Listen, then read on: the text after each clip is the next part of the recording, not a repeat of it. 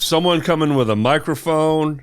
I'm Hell saying. yeah. What's and all up? that gear behind you. This is good stuff. Yeah, good. That's a good looking microphone, sir. Yes. Thank you, sir. Yeah. Yeah, I don't have one time. at my house. I don't rate. Come on, man. I know I'm slacking. I've actually never used it for this before. It's that's how whenever I'm tracking vocal ideas, Yeah. just sitting at the desk. That's what I use. That's cool. Well, welcome. Thanks for doing this. Man, thanks for having me. Yeah. Hell yeah! okay? I've wanted you on here for quite some time, and you're a busy guy. Yeah. I'm not busy. I just chickened out a lot. Yeah. Nah, we finally got you to suck it up and get in here. Right. We promise you, your name has come up in every chapter of this podcast. Like we've switched studios, locations, format, seasons. Now we're on Zoom, and it's just like every time we've ramped back up, we're like, "What about Donnie Smith?" Yeah, and then you ghost us and hurt our feelings. I've never ghosted you guys ever. I would never. No, but now that I have just called out our guests, let's get started, shall we? Yeah, right. let's do it. Yeah. As you heard, we got Donnie Smith joining us today. But first, please go to therhythmsectionpod.com. Go there, subscribe to it. You can subscribe to our website, and you get updates when we post a new episode. Because all the episodes go on the website, but there you can find our links to YouTube, Apple, Spotify, Facebook, and Instagram. With me, as always, Mr. Jeff Ward, Gen X himself. Hello. And soon to be saddling up. Yeah. With the pages. But today's not about us, Jeff. Nope. This is about Donnie Smith. Welcome to the show, Donnie. Yeah, he's got a similar hairstyle to you. Well, It's the best hairstyle. Man, I switched back to the dark side, Donnie, and grew my hair out.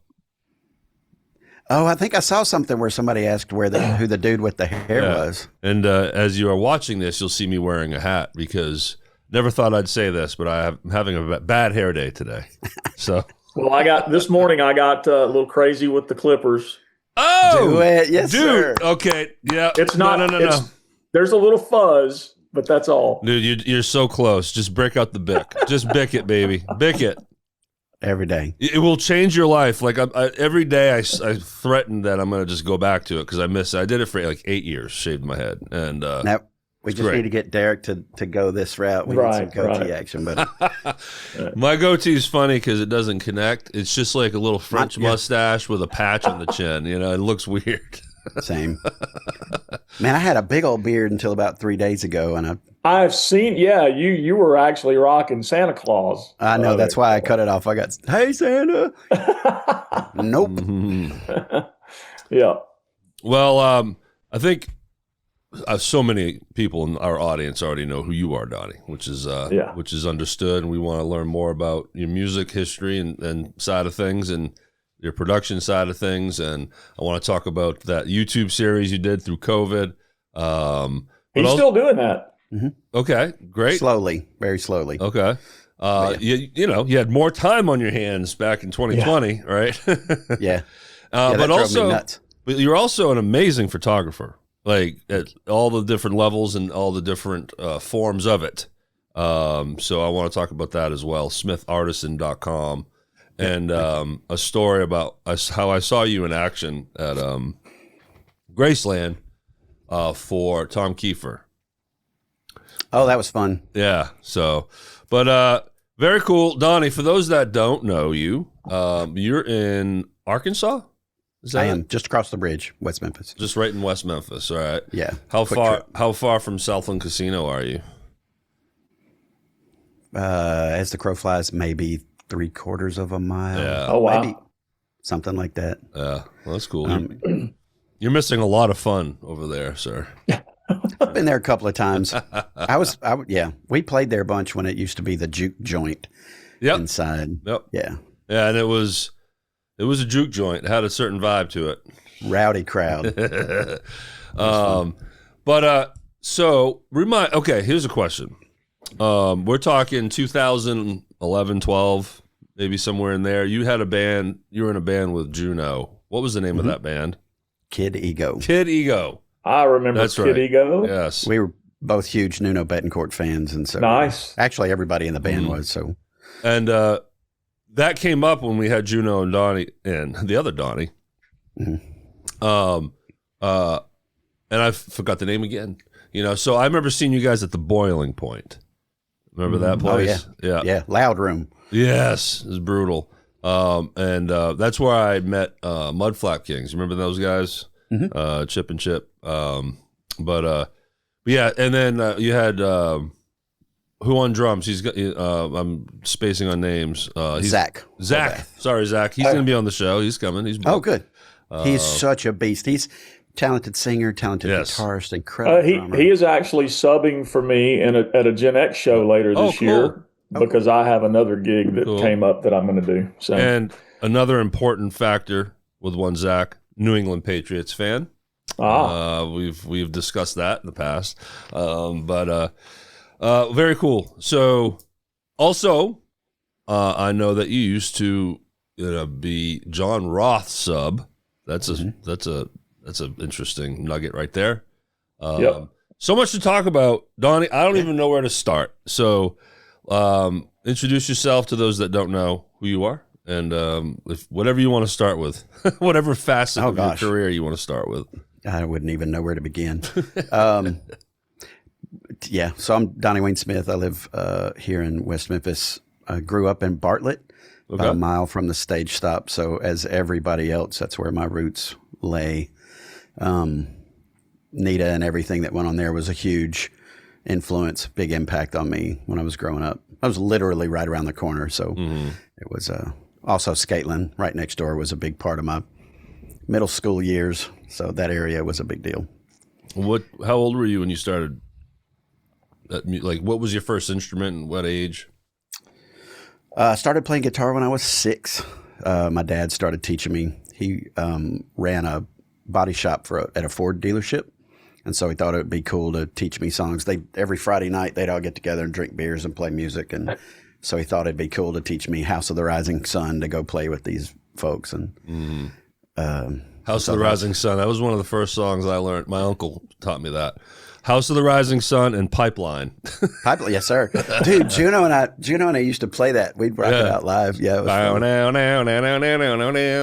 I remember like it was yesterday. My uncle Ronnie teaching me that. Yeah, just that whole. Yeah. Oh yeah, you had to get your double pick down, man. You had to get Metallica early. You really think about it, like exactly right out of the gate, I was being taught Metallica with that song. Yep.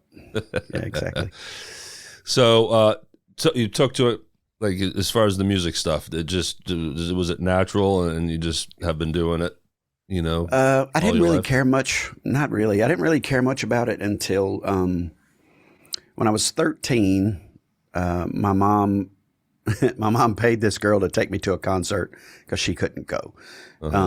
And so I went and saw Rick Springfield at the Mid-South Coliseum. So it was my first ever show. Did you hear that, Donna? Donna Fulton? She probably knows that story already. She's a fan, super fan. Yeah. And so Tim Pierce was playing guitar. I don't know if you guys know Tim Pierce, but he's one of the most prolific guitarists on the planet. He's played on everything you could possibly think of. If you don't know him, look him up. It's unreal. All these guitar riffs, like the solo on Bon Jovi's "Runaway" and all this other stuff. But nice. So that's when I was hooked. That's when I knew, like, holy that's what I want to do. I want to do that. Yeah. It took seeing a certain kind of genre and feel and sound to bring you to in. actually want to play. Yeah. There was always music in the house. Yeah. Always some sort of music going on, but that's when the drive to want to play live came from. Yeah. Look, ultimately for me it was Nirvana and Metallica.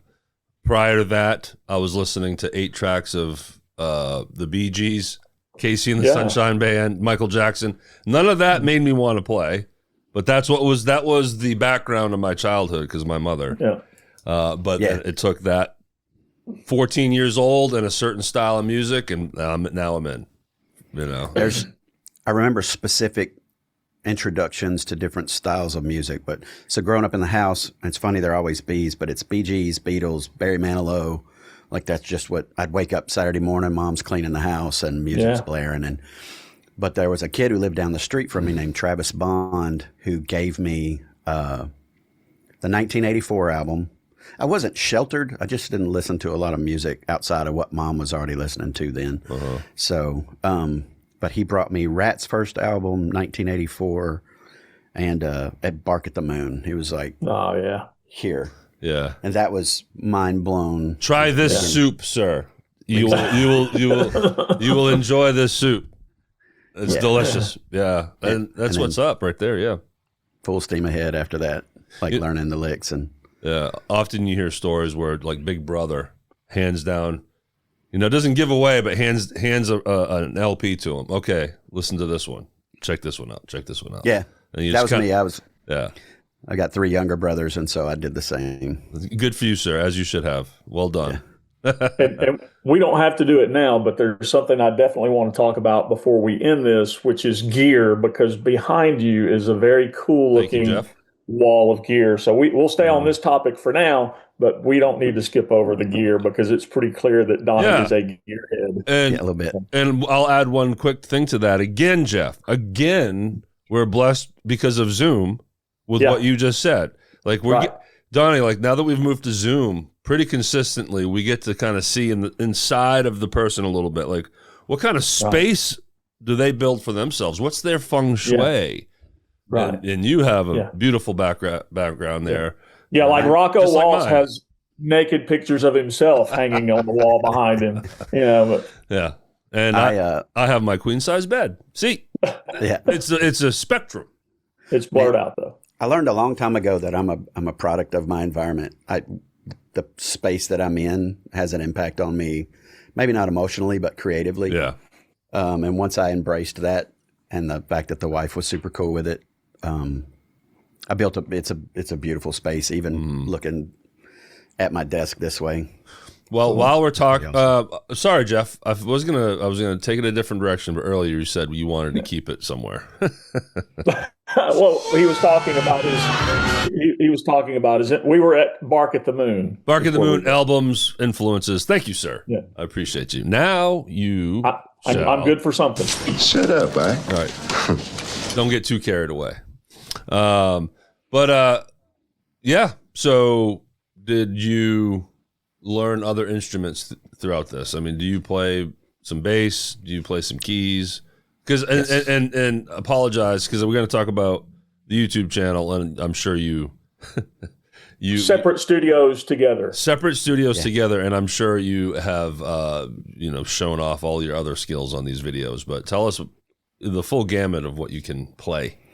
Mainly guitar. I can play bass. I can play piano. I suck at drums, but I love trying. Do you program them? Are you good with at least visualizing a drum pattern and knowing how to build one?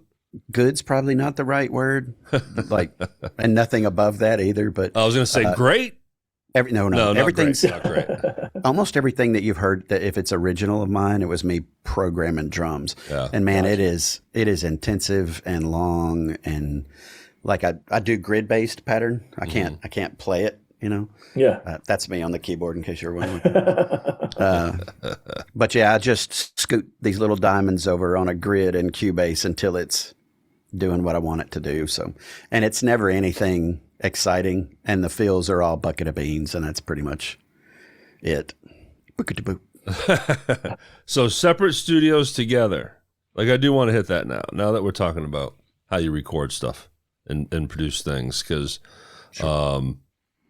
I was not aware of you or this channel. I mean, I was aware of you because of Kid Ego. You can go way back, but during COVID, certain things just didn't hit my radar. I was not in this group of people, the music scene here, like I am now. But what you really didn't, huh? It really didn't find any traction until well after COVID. Like during COVID, when we were doing it, we were at like 50 or 60 views. Yeah. It wasn't. Brother, I'm in podcasting. I know all about this shit. You could, yes, I get it. It's all about trying to get into people's algorithms, right? Yeah. But to give a quick summary on it, and then I'm going to let you fly, is you did this great thing where you were able to connect all the great musicians in town through Zoom conferencing and whatnot, and produced cover songs, and it's fascinating because now, of course, since I've gone to the channel and watched some of these things. So, what was the germ? What was the genesis of that idea, and what was that process like getting it started? We were playing a show in Brazil, and I met this singer named BJ. Okay, BJ's sorry. Who are you playing with in Brazil? You know, we were playing with Winger. Yeah. Okay. Yeah, Thank you. Yeah, just gloss over that one. You know, it wasn't. Well, one night I was at Hadley's. It was. You know, so I'm playing in Brazil. Hold up. Let's. Okay. Yeah. So painting the picture here with Winger. So you're doing little things. Yep. And small, insignificant things. And I met this singer named BJ who Kip already knew. BJ's the keyboardist and background singer for Jeff Scott Soto. Okay. So, monster singer. Yeah. So he and his guitarist got up and played a song called Rainbow in the Rose. I switched to bass. Kip switched to keys. But anyway, super fantastic rock singer. And we kind of hit it off and stayed kind of close. And we kept saying, dude, we need to do something together. So then, and we just talked occasionally. And then, when COVID hit, it just, well, let's try this. And so we did Bark at the Moon. And so that was the first one we'd ever with him tried. Yes. Okay. And then, so did that help you sort of find your template and your setup and how to work with tracks flying in, and then started inviting friends? Yeah, absolutely. Yeah. It was trial by fire, lots and lots and lots of errors, and going to Google things and figure out how to do it, and tempo lock and all that stuff. So I mean, you guys weren't literally performing simultaneously over a conference call, right? It was no, never. You were just okay. So you'd reach out to someone like Josh Haynes, right? And just say, learn this track, you know, this guitar line here.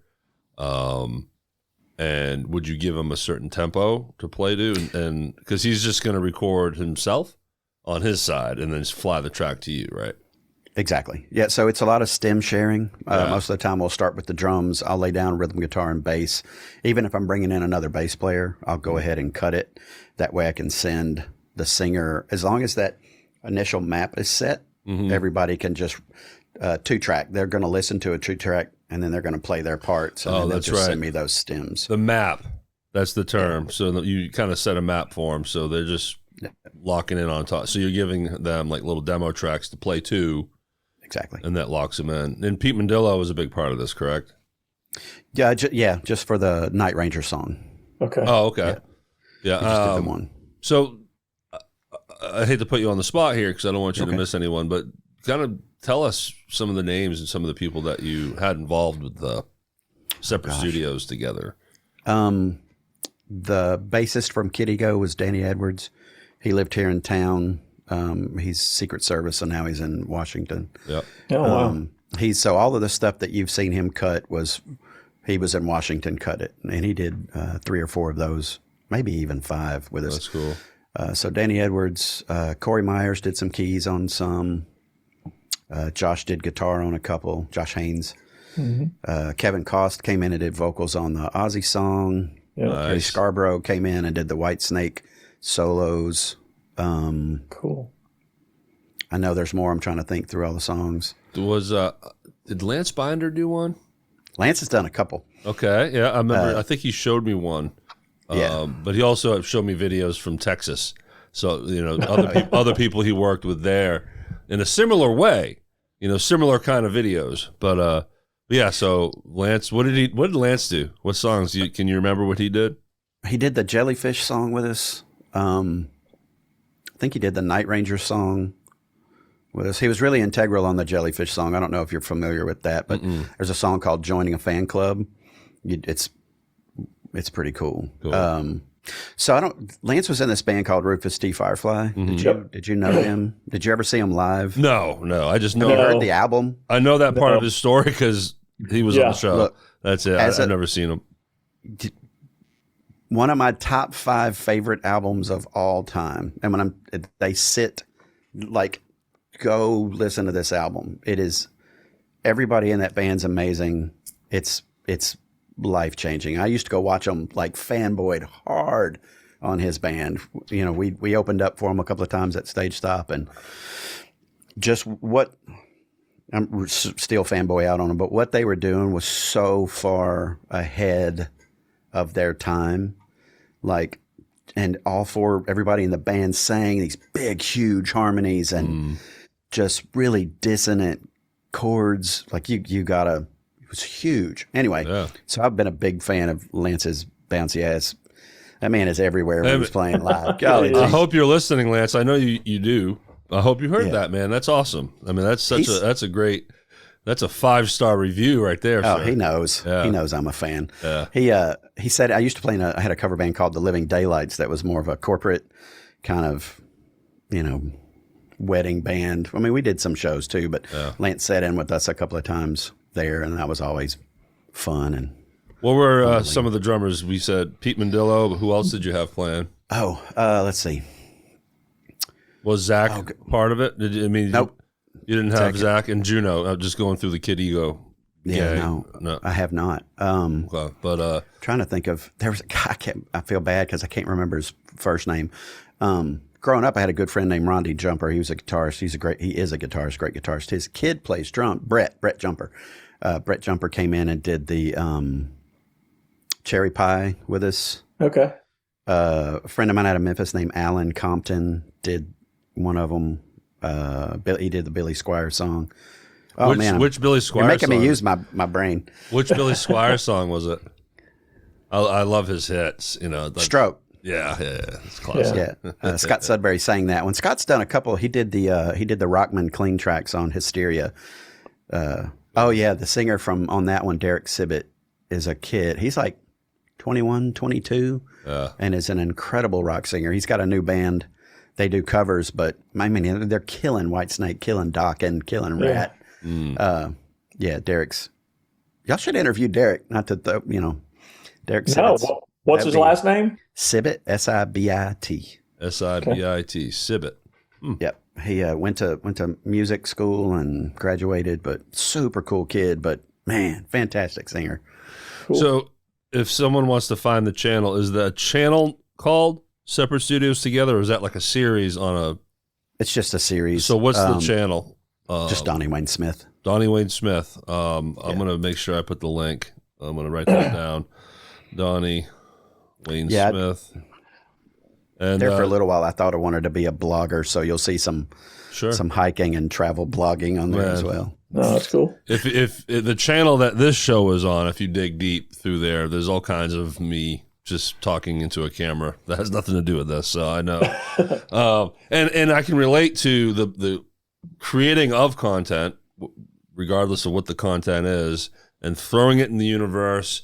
And man, like, this is so awesome. Why has it got 10 views? I get that part. Trust me, but the beautiful thing with YouTube is it's archived that way. I mean, it's like a portfolio, so people can still access it. I mean, I'll see a YouTube video shoot into my home screen that's 10 years old. It's just the YouTube is cool that way. So go check out his channel, Donnie Wayne Smith. The link will be in the description. You mentioned Stage Stop. Yep.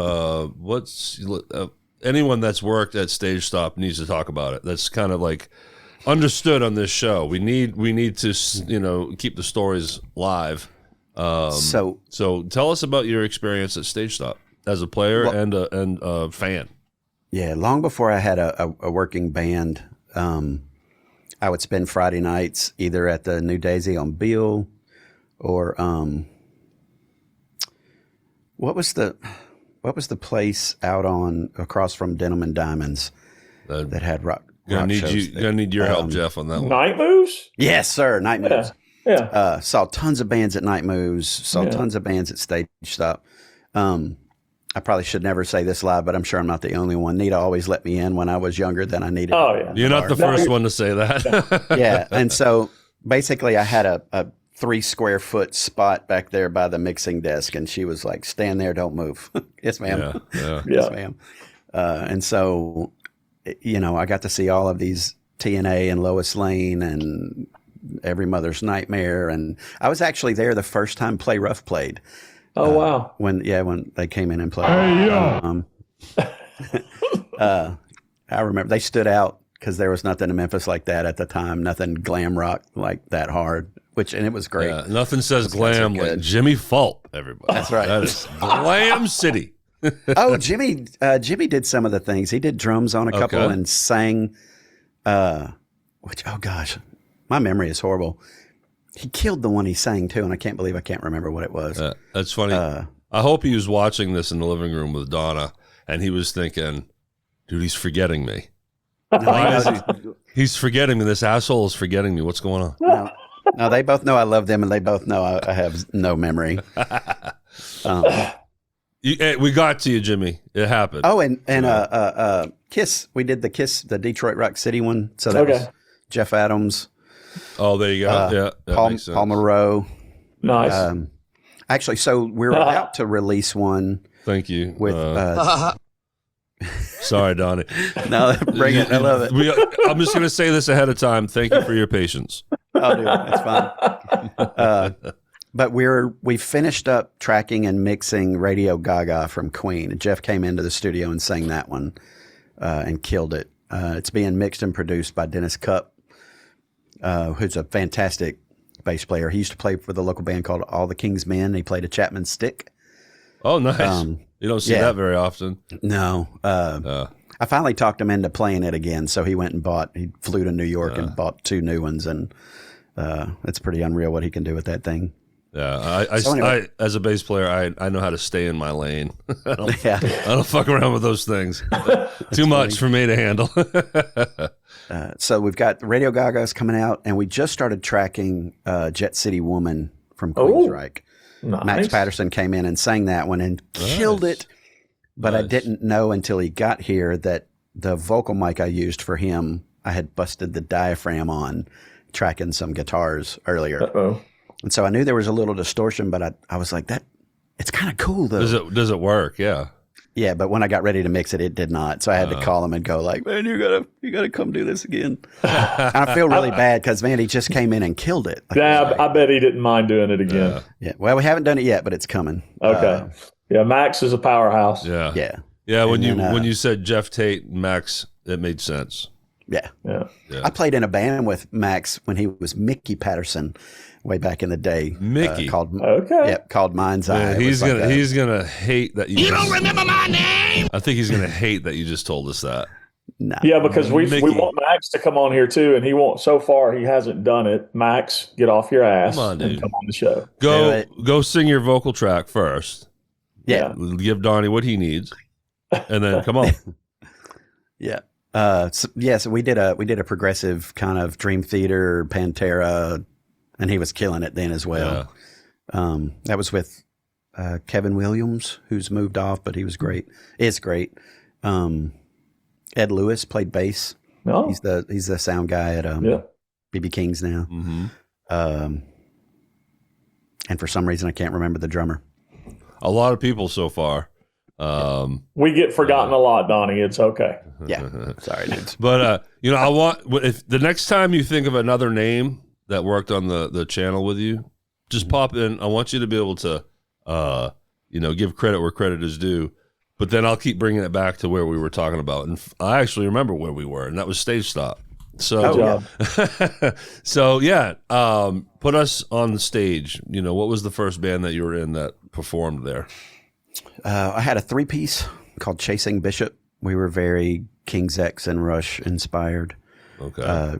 Gerard Jones was the bass player. He goes by G. Todd Scott was the drummer. Both incredible musicians and incredible singers. We're talking early 90s?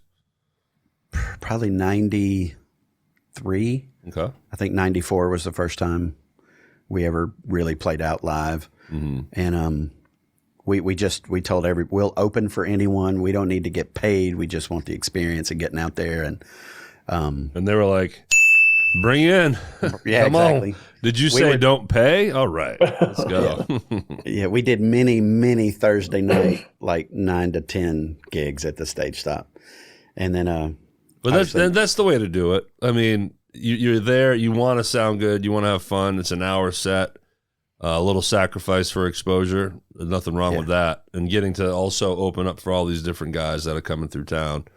And learning from them. You know, learning. Keith Lyle's he was the very first sound guy I ever had. Okay. Still one of my closest friends. But yeah, like he walked up on stage one time and took my head and took the mic and went, poof. And he was like, You sing here. you stay. This is your spot. Don't move. So he didn't break your teeth, but he was like making a very clear message. Yeah, hey, exactly. Hey, son, move up. Well, he told me a couple of times to get closer, and I just wasn't comfortable with that. So, speaking of something like that, so when I'm playing these gigs, I had a 12-space rack. Everything was digital. Like I didn't have any real tubes.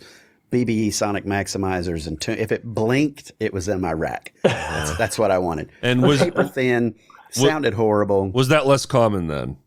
I mean, this is still in the 90s. People are rolling in with Marshalls still, right? Yeah, but anybody playing the kind of stuff we were doing was like get a rack. Yeah. Like you got to have a rack. Okay. I ran it into an Ampeg VH140C. So full stack rack on, I just need to throw this out there. I'll speak for myself. You're talking to a gear dummy, so okay. I won't be able to hang with the numbers and letters of. It sounds cool though. It does sound cool. Most of the guitarists my age will know, but I will say this: is this like back then, like how they do with helixes now and modelers? Yeah, similar exactly. to now. Not everyone, but most of the working guys around here are in that zone because it's just easier and you can get different options, right? Yeah. Back then it wasn't about being easier. It was about being bigger. Like how many cabinets can you get on stage? How many blinking lights can you have behind you? Yeah. My, how things change. Yeah. Did you have one of those strobe tuners in there? Yeah. It's still in that rack right there. Yeah. I love it. So we're playing this gig, and we're super vocal heavy. So we're playing all this stuff, and I'm at the mic all the time. And this big 6-foot burly looking dude gets up, walks on the stage, and starts tweaking my stuff. Uh-oh. And I'm like looking at him, and I'm like 1.5 feet shorter than him, and all of like $1.25 maybe. And so I'm not about to say anything to him, but I'm looking at him freaking out, and I look back at Keith Lyle, and Keith goes, "It's okay." I was like, all right. And so this guy starts tweaking all my stuff, and it sounded so fucking good when he was done. Nice. Oh, yeah. Anyway, the guy's name's Kevin Gilbert. He's kind of a legend at the stage stop, but he just walked up there and did it. And I've never been more thankful for such intrusion. Right. Because it sounded paper thin, and I thought it was great. And after the show, we talked a little bit, and he told me what he did. And I mean, it was life-changing tone-wise. Now, was it a situation, if you know the story on how that came to be, did you ever ask him, like, did you and Kyle, I knew I was going to do it. I knew it. I knew it. You don't remember my name? Every time Keith comes up, I call him Kyle. Keith Lyle, I call him Kyle. He just combines the two. Yeah. Do you see what happens here in Rhythm Section podcast? You need a South Park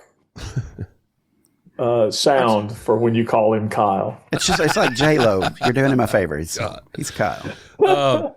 So did he go up to Keith and say, hey, I know how to make him sound better, killer player? Somehow he must have been like, I like this guy. Maybe I could try to help him, but be intrusive, like you just said, which is ballsy as hell.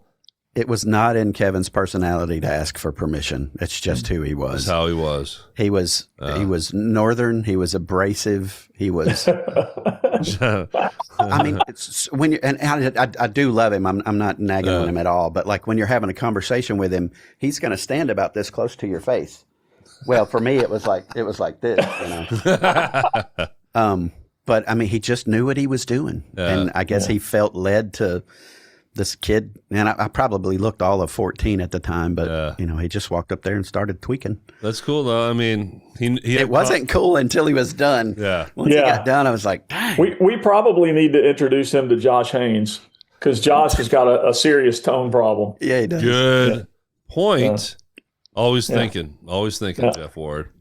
I haven't seen or heard from Kevin in forever. I hope that he's still around.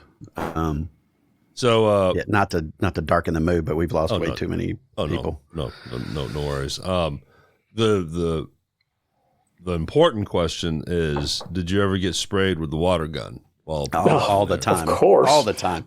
Okay. All the time. Yeah. And for dropping cuss words on the microphone, correct? She only ever shot me for the F-bombs. Anything outside of that, she was a little more lax. Okay. I'm sure she was to everybody. She was very mothering to me. Yeah. And very, I don't know how to say it, but she would give guidance and her thoughts on the band. And matter of fact, I went and played in a different cover band there once, and she was like, dude, you got to get rid of that singer. Like, she didn't hold back. She was very honest with it. You got her and Kevin, right? I mean, they're in there molding all of you kids. And this is how you do it. Yeah. For her to be, she was around it every day. She saw the best come through that room and wanted us to do well. Absolutely. Like she wanted us to be the best we could be. Right. She was super awesome that way. Never unkind with her sentiment at all. Sure. She just didn't. She would tell you the truth about it. Mm-hmm. Yeah. Even with our original music, she would go like, drop that one from the set. I love it. And the more me and Jeff interview people that used to work with her, it's becoming more and more clear to us. It's because that's the consistent, stories that we get from players like yourself about the stage stop years and how she was. It's very consistent. Everyone knows we wouldn't be, the city wouldn't be what it is without her. Yep. Yeah. Jimmy had mentioned doing a documentary, and I wish that they would. I don't think people understand the real impact that she and that place had. Mm-hmm. Yeah. But, I say that place because there was a mood, there was a vibe. Oh yeah. But also there was a smell. When you take your gear home, after your show, it would just have that grungy. But that smell to me, even though it smelled horrible, was like that was love and life. You know what I mean? Yeah. Like, and I'm sure this is the day and age of inside smoking like crazy. So, when I know when I was in my early 20s hitting the bars in Portland, Maine, they would last call, flick that light on, and we'd be in like a brick basement old bar in the port area, and it would be a wall of smoke in front of your face. So it's just like you could cut it with a knife. Was it similar there? Was it was it Smoke City? Yeah. I can just smell it. I can smell it and see it now. Yeah. Once we started headlining shows there, I was very thankful for those lights. Yeah. They call them the ugly lights, but it saved me from multiple catastrophes. Yeah. I can deeper into it than that, but yeah. Sitting here talking about it, I can visualize the place right now, the bar and the chairs around the tables, and you spent so much time in there. It's just like engraved in your memory. And you probably had those nice warm par cans for lights. Oh yeah. Yeah. So I'm sure they look great in the smoke as well. Hey, part of the show. Oh yeah. Cigarette smoke. I was very thankful once we climbed the ladder enough to where they actually made the lights blink. Because, for like the first 2 years we played there, we got static red and blue. That was it. That's all you guys get. Yes. That's it. You don't get one strobe at all. No. Denied. Exactly. Oh, that's fun. All right. Well, look, I want to jump in here and take this in a different direction because this is perfect. We're going to go from stage stop to winger. All right. Okay. And Brazil and all the other places that you got to go with those guys. Not the waxing, not the Brazil waxing. Yeah. But. How do you get the call? Is John the one that called you to sub for him, or was it the band? Yeah. How did that happen? Yes. Just for like a brief story, I had followed John as a player since he was in a band called the Mother Station. Yep. Like we weren't super tight or anything, but he's always super nice. I'd go watch his band. He would talk. Scotty T and I have been friends. He worked with me at Strings and Things forever. So, I got to know him and the other guys a little more that way. So we also, for about 2 years, we did a circuit at the Roadhouse Casino where they would do the 5 to 9 and we would do the 9 to 1. So this was the living daylight. So we'd go and watch him, and then we'd talk between shows, and then they'd watch us for a little while and head out. Okay. But anyway, so yeah, I'd known him for years. I still don't know, and I've never really asked him out of all the local guys, why he picked me. I know the main reason the band picked me was because I could sing Kip's parts. And that's what they needed, was somebody who could play there's 1,000 people who can play winger guitar parts. But, being able to sing Kip's parts if he needs to lay out for a minute. Yeah.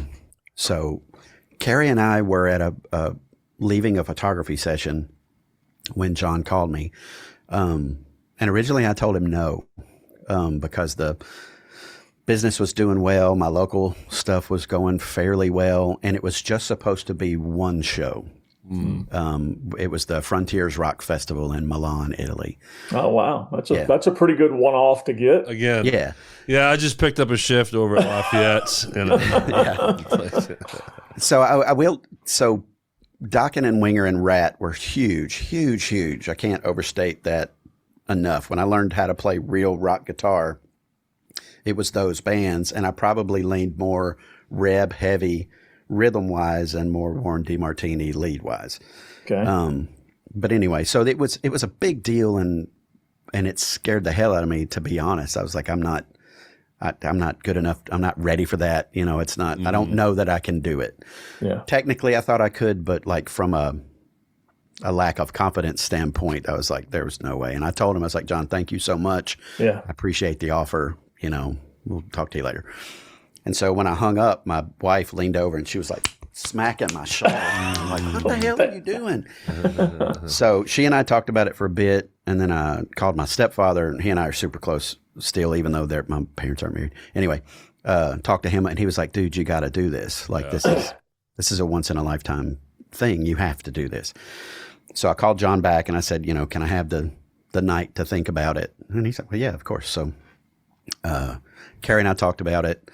And, I wasn't going to be gone long, just because it was just one show. So it wasn't the time away from family. It was just the amount I knew I was going to have to put a lot of energy into it to be ready for the show. Yeah. So I called John back and said yes. We had a Zoom meeting where I met all the guys in the band, which was super cool. And then they had a 3-show run around New York, and they asked if I'd fly out and just hang out with them. Not to play or anything, just to see how the hang was. Which is super important when you're on the road with people. And so I flew out. I don't even remember all of the places that they played. The last night I know they played the M3 Festival because Kip called me out to play bass on a song, and I wasn't prepared. I was prepared for the song. I just didn't know I was going to go be doing it in front of however many people were there live in Baltimore. Right. I wasn't dressed for it. I just had on like some blue jeans and a T-shirt, like a white T-shirt too. So we call it the white T-shirt incident because afterwards he was like, rockers don't wear white on stage. It was like, so I never brought another white T-shirt out on the road again because he was a super, super nice guy. I can't overstate how cool Kip is. Yeah. But he was very serious, like, wear white on stage. Okay. So we did that. We did those 3 after the third show after Baltimore. We went into rehearsal. They rented this rehearsal space, SIR somewhere up there. And we were supposed to do 4 or 5 hours of rehearsal before we went to Italy. And we wound up running the set once, and it was fine. And the weirdest thing I can still remember, we're in this little bitty room, probably the size of my studio right here. Yeah. And even though I've been exposed to them for who they are already, it was still really surreal because like Reb's watching, and I mean, they're just all staring at me. They've played these songs for 30 years. Right.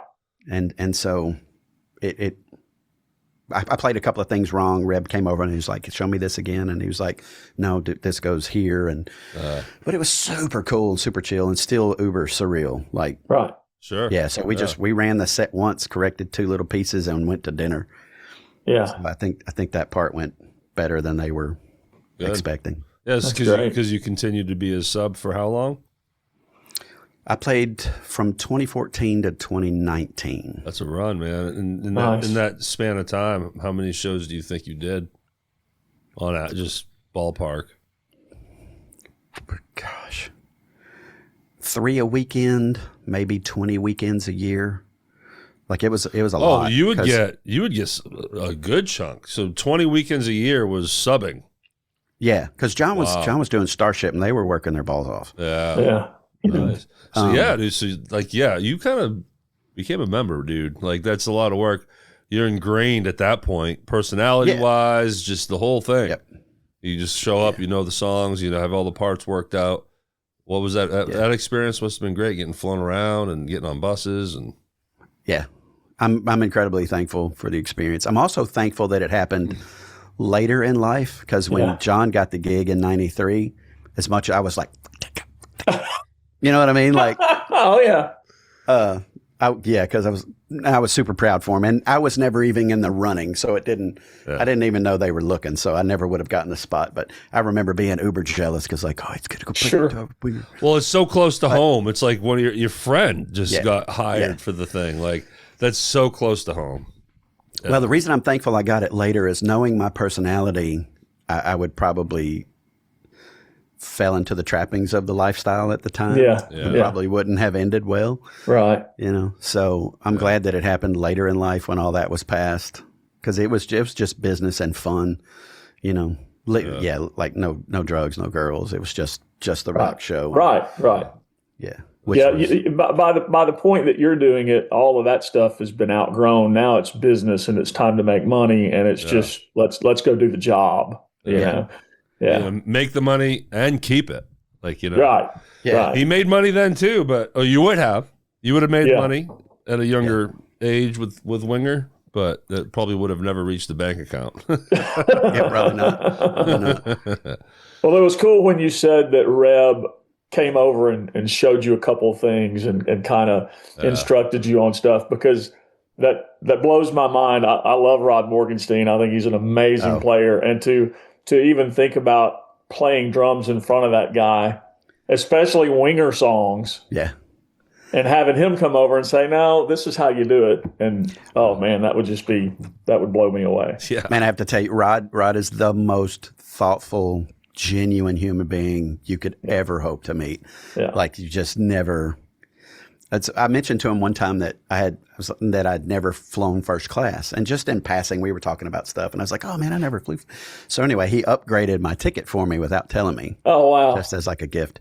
The horror story of it though is that when I got on the plane, there was and this was before we had the Bose noise canceling. Yeah. Anyway, this lady got on with an infant right behind me. A what? And that a baby. Oh, infant. Gotcha. And that baby screamed for the entire 4-hour flight. Now, I get it. And there's nothing she could do. And I wasn't angry or anything like that. But it was like, so yeah, my first class experience was not a even didn't go so well. Yeah. But it was cool that it's like, but Rod he's such an incredible drummer, obviously. But yeah. What a great experience. So, do you look back now and go, how the hell did I even consider not doing this? Yeah, 100%. Yeah.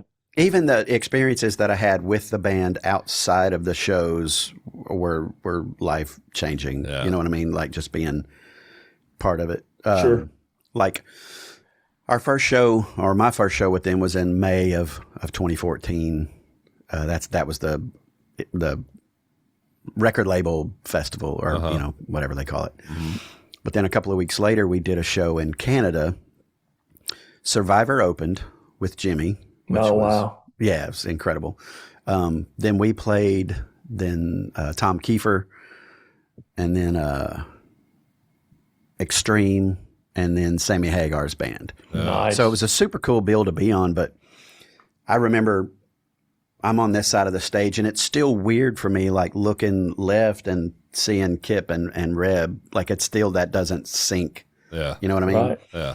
But so looking over at the monitor desk, there's Sammy Hagar, Nuno Betancourt, Jason Bonham. There was somebody else over there, but those, and man, you talk about a weird out of body moment. Oh yeah. Like, so just that whole experience was really weird. I wouldn't have even been able to remember my own name at that point. There was it just, I don't know how to describe it, but it was. Did you snap back in and go, shit, what chorus are we in right now? Yes, I did. Like literally, I don't, the only way I can explain it is like you're just outside of yourself for a minute. Yeah. And then you're like, shit, I got to go to work. Yeah. And which chorus? Do we have a solo or a bridge next? What are we doing here? That was exactly how that happened. Wow. Well, so then it wraps up in 19, you said? Yeah. So in 2019, well, even earlier, I started having some vocal issues, and I've since found out what the deal was. But like, so full-time working musician, not taking any vocal rest. So if it was a weekend that I was off for them, I was doing Wednesday, Thursday, Friday, Saturday locally, either with Kitty-Go or acoustically. And when we would do acoustic shows, as the singer, it's 4 hours of vocals. Yeah. And then during the breaks, you're trying to talk to the people who came out to see you. Oh yeah. And volume wise, you're talking at a raised volume, trying to talk over the room. So I wound up damaging my vocal cords irreparably. And so basically on this side of the vocal fold, I had nodules. So this side was weighted down. This one wasn't.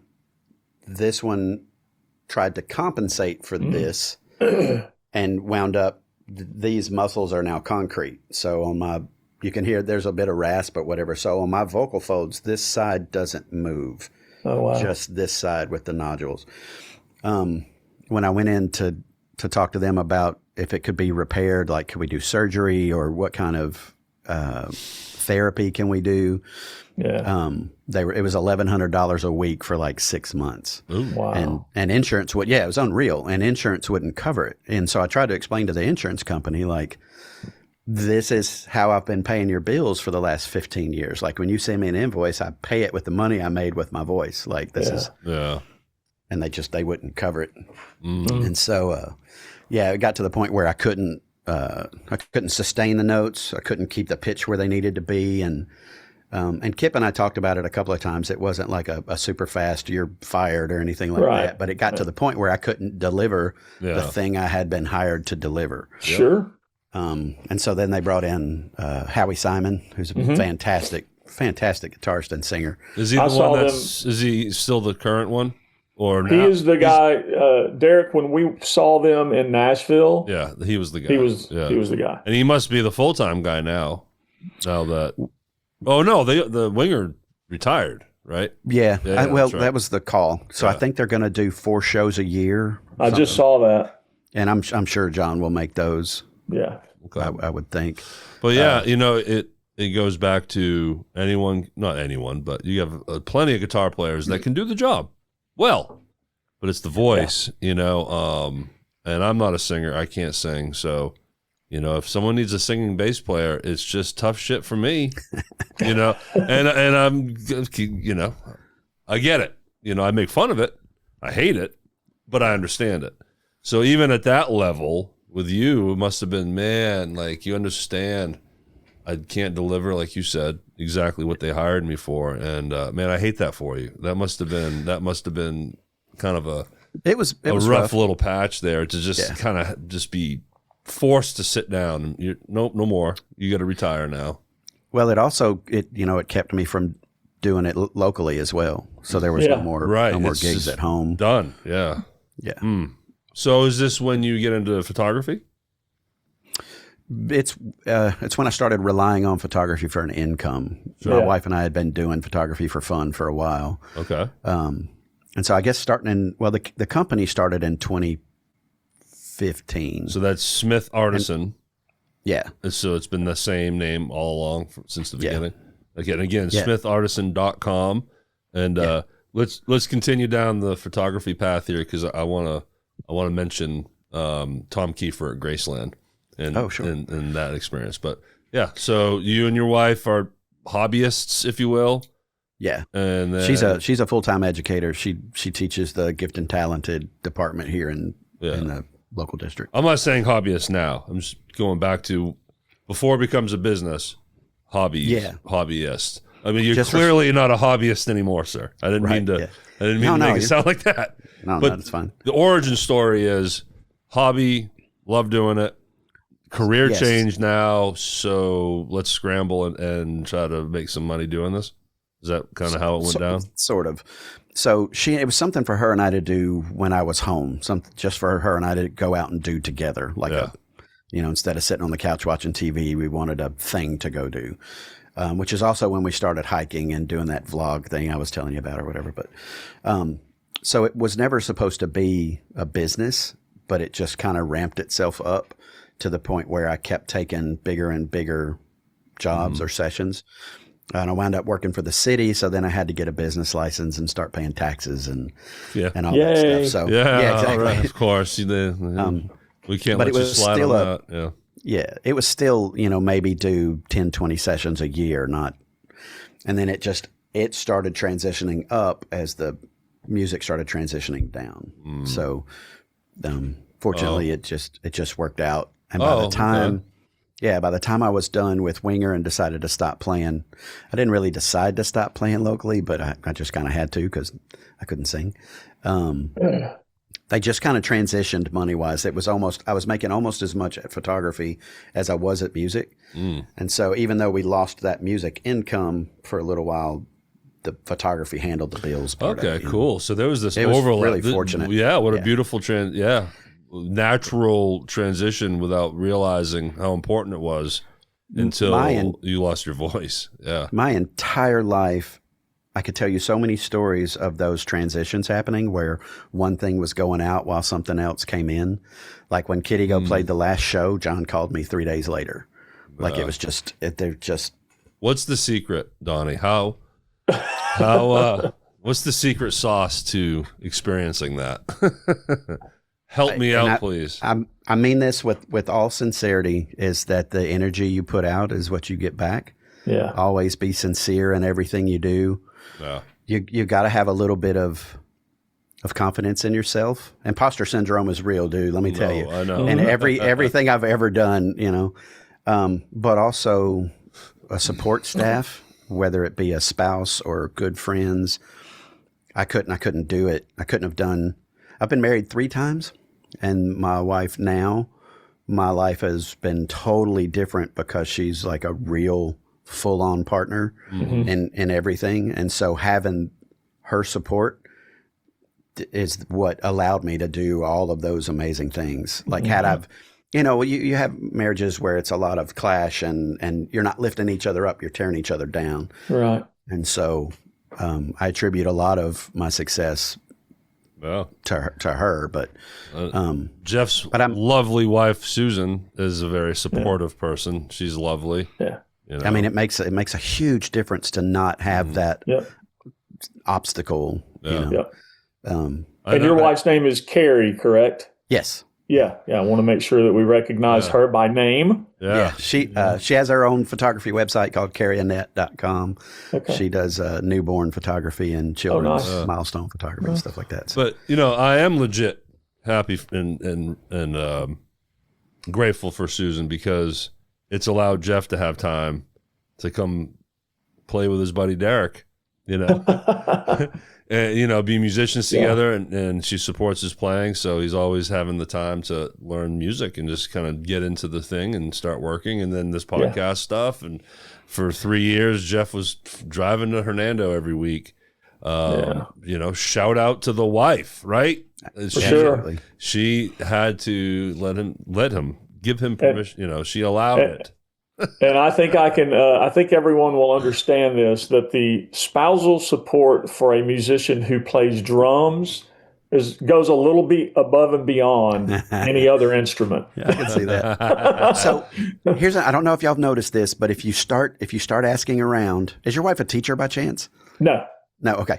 If you start asking musicians, and there is a disproportionate amount of teachers married to musicians. So when I was in the Living Daylights, I was married to a teacher. Jordan Garrison was married to a teacher. Dave Croft was married to a teacher. Kevin Kilgore was married to a teacher. Then Zach Horvath is married to a teacher. Wow. Well, then she became a nurse, but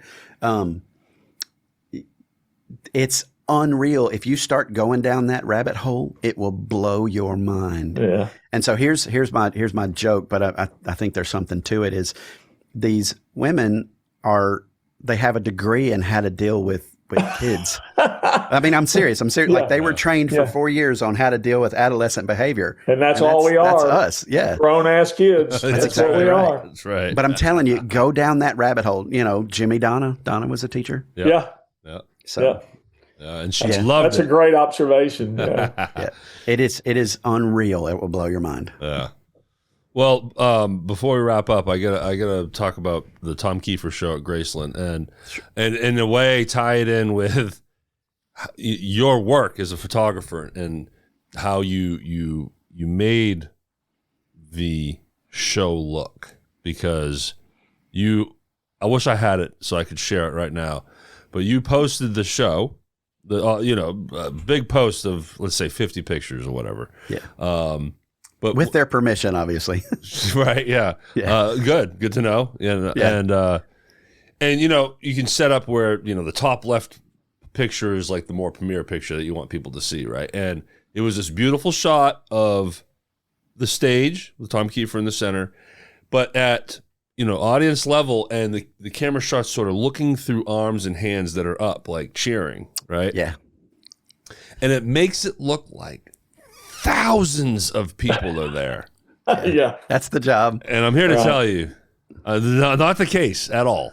Like, it was an unfortunate. I'd seen Tom Kiefer at the Ryman with Jeff, sold out.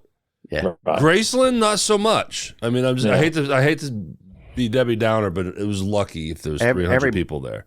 Everybody knows Memphis isn't the premier venue. We have some amazing places to play, not the most supportive. No. Group. Yeah, it was shocking. And what the fuck happened? Yeah, we missed out on a lot of, because it hasn't always been that way. No, we were a mainstay stop. Oh, for sure. The Mid-South Coliseum had everything from the Beatles to Whitesnake. It was just everything. And by no means blaming it on the pyramid, because I don't know how that would have affected it. But after it all changed at the onset of the shows at the pyramid. Everything just kind of declined after that. Because I've seen hundreds of shows at the Coliseum. Yep. At the New Daisy. Yep. Even Lafayette's is bringing in great shows now, but we are not a stop on the concert tours anymore. Which is a bummer. Well, and I have heard, and I don't know how much truth there is to this, but it has something to do with the Memphis Grizzlies contract with the FedEx Forum. I don't know how much truth there is to that, but evidently there's something there where the forum's not allowed to bring in competition or something. I don't know. That may be BS, but that's what I've read. Yeah. All I do know is you, sir, your artisan skills on the camera are awesome. And so that's just one fun example, because I think that's the first time I met you too that night. I think, that was an introduction to you for me personally. And then got to see you do your work, but then to see the final product, and I know what was going on in that room, and your photography it created a whole other story. Man, that's awesome. Yeah, my favorite thing about photography is making people feel good about themselves. Like that to me is the job. Nobody's comfortable in front of a camera. Nobody wants to stand in front of somebody that's got like this 2.5 foot long zoom lens right in their face, and like it's not comfortable for anybody. Mm-hmm. Right. But if I can make them feel better about themselves than they normally do, like that's the job. You just want people to be comfortable and go like, holy shit, I look good. So you came out to Lafayette's and shot Gen X early in our start, and we still use those photos to this day to promote the band. You did a fantastic job. Yeah, it was fun. Yeah. I do love my job. Like I don't think I could have transitioned to something more meaningful. I mean, we do a lot of stuff. So the transition was rough, getting out of live performance, which I had done, as a full-time musician since 2007. Yeah. It was weird. But you do more than live shooting of bands. So give us a quick sell on smithartisan.com. Like you do portraits, just give us a quick rundown of all the different styles of photography that you offer services for. So we literally shoot everything. Yeah. We do weddings, we do real estate, we do commercial photography, we do headshots, we do high school seniors. We have a whole side of the business that's high volume, so like school portraits and sports and stuff like that. We do documentation for lawyers. So if there's a physical injury, they send them to us, and we do like detailed photo. Like we literally, we do everything. Are you on crime scenes? Are you out there on crime scenes? No. They bring them to us. We would. That would have been cool. We definitely would.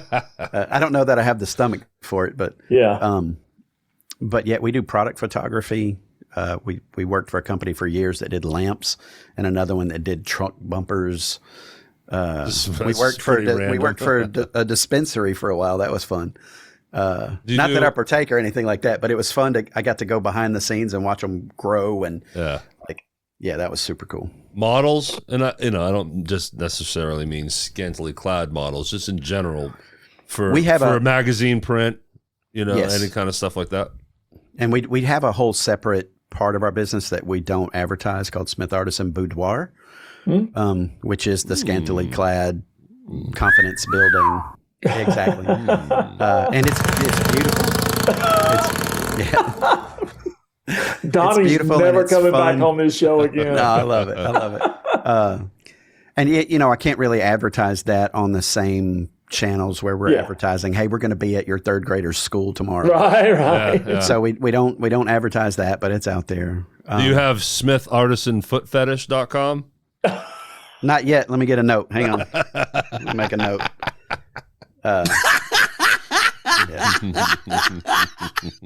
This went off the rails in a hurry. Yeah. But we have our niche stuff. Like I think one of my favorite things to do is high school for seniors. I like doing those sessions. And I love doing promo shots. That's great, man. Awesome. Yeah, cool. So smithartisan.com. I went through your website today, poking around. It's a beautiful website. Go check it out. Everything you need to know about what they offer is there.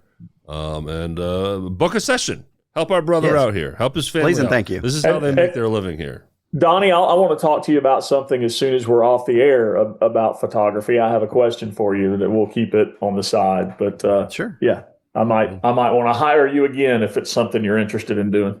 Yeah. Oh, hey, I do have a little nugget of a teaser, maybe. Sure. Okay. So I'm starting a progressive metal band. Whoa. Not geared towards live performance at all. I mean, hello. Where was this an hour ago? We need to put this on the front end so people know what's going on. We just started writing, and by we I mean me. We're to get it to the other guys, but it's with Johnny Lamb and Mark Vines and Kevin Cost. Nice. And so no live performance or anything like that. Just we're just going to try to put an album out. Cool. Kevin and I have worked together in the past. Yeah. He's incredible.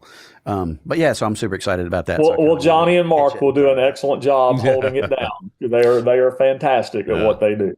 Yeah. Do you know about the Sun Studio stuff we did? I do. Yeah. Well, I saw the post. Actually, we had all of Standard Issue on the podcast. It's not published yet. Oh, okay. But it comes up. So it's kind of out of timeline. In the show, to our audience, you're going to hear them mention this Sun Studio session in the future. Yeah. But now it's in the past. Yeah. So as you see it, it will be off timeline wise. But of course, I saw all the pictures posted. I mean, how did that come to be? What's going on there? That was amazing. I got an email from Mark. Mark kind of somehow got in touch with this guy. Actually, I think it was through Tori first. Yeah, I think that's correct. Yeah. And then Tori got it to Mark, and Mark asked me if I would be interested. And of course, I'm going to take the opportunity to go to Sun and record. Sure. I'm pretty sure I was the first person to ever record at Sun Studio with a modeler, because when I walked in with it, they were like, "What's that?" Well, you mean Elvis's guy didn't use one of those? Yeah. But mate, so the Derek. No, not Derek. Dennis Rosty came in and played drums on a couple. Yep. Johnny played on a couple. Jesse, and I can't remember Jesse's last name at the moment. What's Jesse? Played guitar. Yeah, yeah. I know who you're talking about.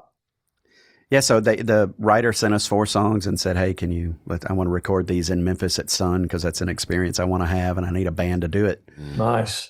Yeah, it was super cool. Big life experience. That was awesome. So, since 2019, with your vocal issue happens, throughout these years, I know you stopped playing live, but have you always tinkered and just recorded and written? Have you? Obviously, with the look of the gear behind you, which I know, Jeff, we will get there. This is turning to be a nice long interview, and we don't care. Sorry, plenty to talk about. All good. But the point I'm getting to here is, in a situation now where you're putting together a recording project, is that so you can just stretch out again and get back into the love of just playing without the pressure of knowing, well, I can't sing, but I can still play like a motherfucker. Let's go. Is that kind of what's going on here? Well, no. So during this whole time, I also have a whole other thing. I have a writing partner in Florida, a guy named Dave Croft. He's a drummer. Used to live here. He's incredible. But we write together, and so we write for CBS Sports and the Discovery Channel. Uh-huh. So we just write for this library, and then those. Uh-huh. So we've been on a bunch of TV shows and NFL football and some movies, and so that's kind of been an ongoing project. Hold the thought. I want to continue on this, but as you saw, Donnie, my co-host rudely just left the show. Now the audience listening only didn't know this, but like he just kind of up and just left on you, and he texted me. It says, "BRB, gotta pee. Be right back. Gotta pee." I thought he was like, "Screw this pompous guest. I'm out of here." So F this guy. And he's an older fella, so he's going to be gone for a while with this. Oh, I'm feeling it. I get it. Me too. 3 times a night throughout the night. Exactly. But in the meantime, let's fuck with him. So, what can we say when he gets back? Like, let's talk some trash about my buddy Jeff. Oh, never mind. Hold. Shit. Hold that thought. He's back. He can't hear us yet, though, can he? No, he can't. Oh. You bastard. No, you insulted our guest. I'm sorry. He was very insulted that you just... He'd have been more insulted if I would have done what I had to do without getting up and going somewhere else. Our entire audience knows exactly what you just went to do. I figured. Yeah, you left your mic on, bro. That's funny. Anyways, so let's talk about the gear behind you. Okay, and then we'll try to wrap it up from there. So you go on YouTube, y'all. You got to watch the show. You get the full spectrum of the show on YouTube. Tell us what you got back there. So these are all the different amps that I can record with. They all run through this closet, which is my guitar closet. It's where I keep all my guitars. There's a hole in the wall that runs to another closet that's an isolation booth. And so I have a 412 oversized Mesa and a 412 Marshall in there. Yeah. And so then mics on those cabinets run back into this. I have an analog rack over here on the side that you can't see. Through that. And then go ahead. Well, as I mentioned earlier, especially with me, tech dummy, but don't dumb it down for me or Jeff. We got people listening that know exactly what you're talking about. So get detailed, man. Nerd out. Oh God. So I have Universal Audio Apollo interfaces. We got 16 channels in, 16 channels out. There's I have a Universal Audio 6176, which is a preamp compressor. I have a Warm Audio Tone Beast. I have a Distressor, which is kind of like the go-to guitar compressor for recording. And then I have a Blue Stripe compressor and some other stuff. Oh, Matt Montgomery built me a one-of-a-kind of course he did. Bass preamp with the Noble transformer in it. And it's a one-of-a-kind. I'm the only one who has a rack mount Noble bass preamp. Cool. And it is so badass. It is so pristine. And the only word I can use to describe it is girthy. Like it's just like, dude, it's just so. That's exactly right.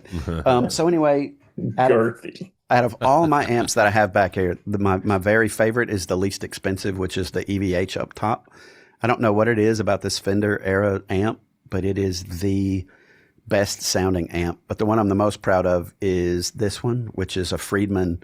It's called a Jose Arredondo, which is a 100-watt amp. And there was an engineer in LA called Jose Arredondo who modded everybody's Marshalls. So Jakey Lee, George Lynch, Warren DeMartini, Eddie Van Halen. Like, he was the guy that everybody went to. Couldn't play guitar, but he knew how he wanted it to sound, and he knew what the I guess the spectrum analyzer was supposed to look like for what he wanted to do. So this amp has all of Jose's best mods.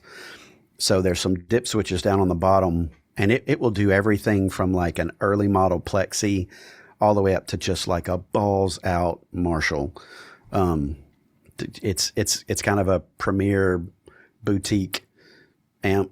Mm-hmm. I don't know the best way to describe it, but for guitar players who love modded heads, like that's kind of the be all and all. So I'm super proud to own that. Josh Haynes, are you paying attention to this?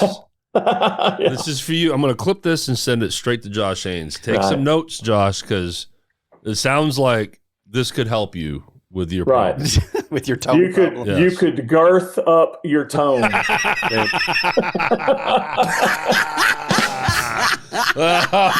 I hope he's watching or listening right now. The thing that blows, other than being an incredible guitarist, like he gets the tones right. You know what I mean? Yes. Like he can do and sound like anybody. It's an ongoing joke. It's an inside joke kind of with the show. And personally, because we get to work with Josh, as we record this, we're going to be playing with him at Lafayette's tonight with the Back in Time Huey Band. So the rehearsals are dick jokes wall to wall. I mean, it's just totally, we're all fucking with each other, and the tone thing is always an ongoing joke. But never once through all of the teasing have we ever said, man, we need to add some more girth to your tone, and we got to tell him this, Josh. Well, say it now. If his tone only had some more girth. That's awesome. Well, man, this has been fun as hell, Donnie. Thank you. Yeah, it has. I appreciate you guys having me. Yeah, man, and again, let's do it again someday. I know there's so many people to talk to. It's hard to have repeats, but I think now with Zoom, Jeff, you don't know this, but I want to try to go weekly for as long as we can humanly handle it. But our workload is different. Doing it on Zoom, it makes everything easier and better. And we have a stockpile of great interviews that we're sitting on right now. You're going to be one of them, Donnie. We appreciate it. And anything you want to promote, again, I don't know what exact date this is going to be airing, but do you have a ballpark on when you would like to release this new material that you're working on? Not even remotely. Okay. One of the things that we talked about was just like, let's just do it, get it right. We're not in a hurry. It's basically for the hang and the fun of doing it. Sure. Good deal. Well, I'm super let us know when you want to start putting it out there, or it's published. Let us know when it's published and it's shareable, and then we'll go from there. Yeah, we'll do it. Yeah, and maybe we can have. Again, because we're on Zoom, we could have every musician that's part of the project on the show. Stuff like that. That'd be cool. We can have fun with those types of things. So thanks again to Donnie Wayne Smith. You gotta. I hope you don't assassinate people, because usually those are the ones with the 3 names. Yeah. That went dark real quick. It did. It did. All right, y'all. therhythmsectionpod.com. Check it out. Find our links. And then smithartisan.com. Seriously. Go check out Donnie and his wife's work. That's how they make their living, people. Come on. And they're good at it. Yes, very, very good at it, and easy to work with and fun to be around. So thanks again, Donnie. And Jeff, thank you too. I appreciate you going on your pee break today. Thank you. See, baby, play.